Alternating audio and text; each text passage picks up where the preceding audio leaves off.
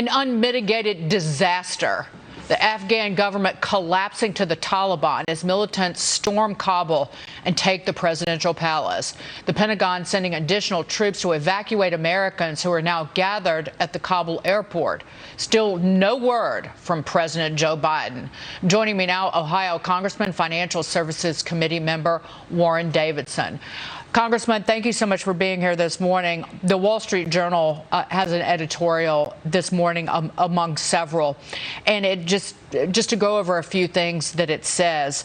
President Biden's statement on Saturday, washing his hands of Afghanistan, deserves to go down as one of the most shameful in history by a commander-in-chief at such a moment of American retreat.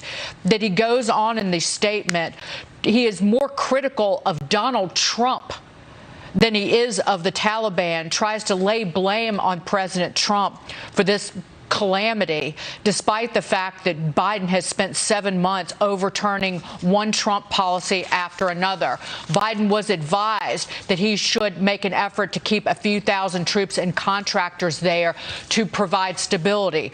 He ignored that. The Wall Street Journal goes on to end, the consequences of all of this will play out over many months and years. The cost will all be the more painful because of the ugliness of this surrender was so unnecessary. What say you, Congressman? I think it's right, and it highlights what everyone knows. Joe Biden's a weak leader. He's looking to blame Donald Trump. He's been president for 7 months.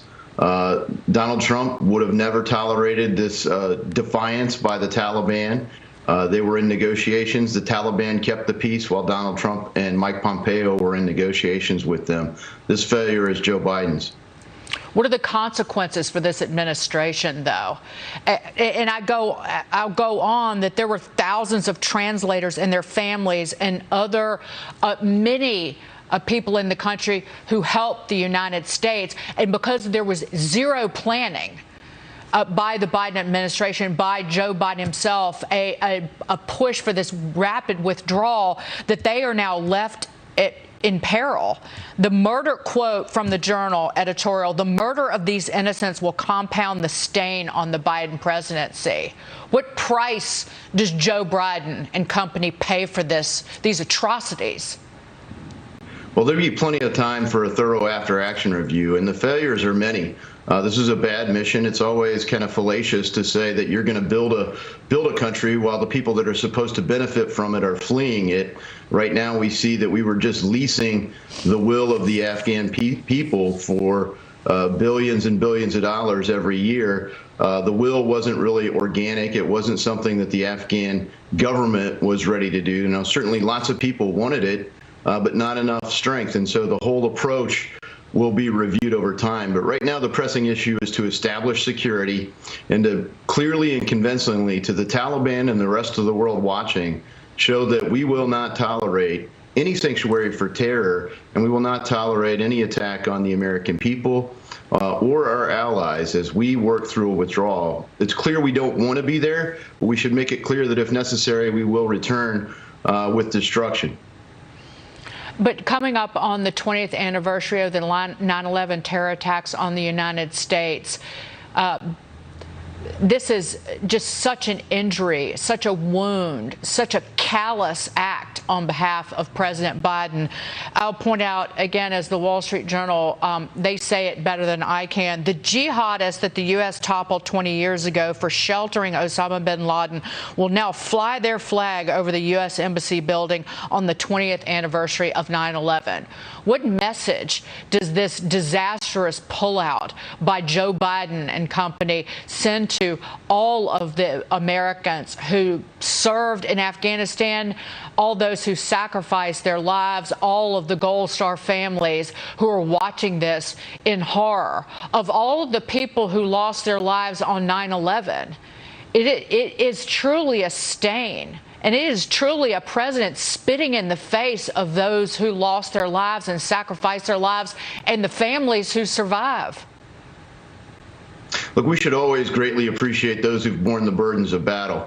That's been a tough place to fight, and a lot of people lost their lives, came back grievously injured, some physically, some not visibly, but this failure really is broader than just Joe Biden's. I mean, people paying attention here have called for America to leave Afghanistan since at least 2004.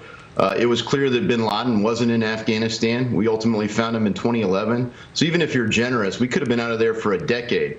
Donald Trump tried for 4 years to get out of there, the military-industrial complex. All the generals and the smart think tank people at Georgetown said, oh, we got to stay.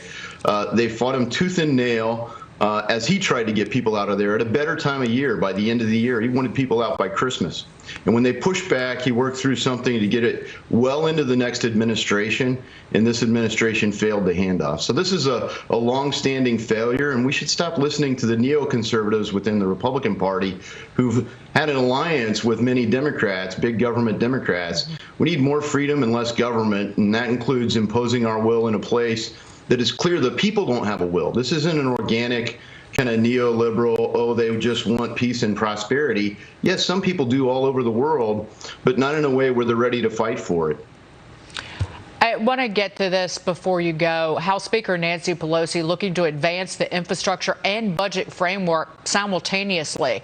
The request comes after 9 moderate Democrats said last week they will not consider voting for a budget resolution until the House approves the bipartisan infrastructure bill. Congressman, your reaction to this, because again, she was under pressure for not. This is coming from the Senate.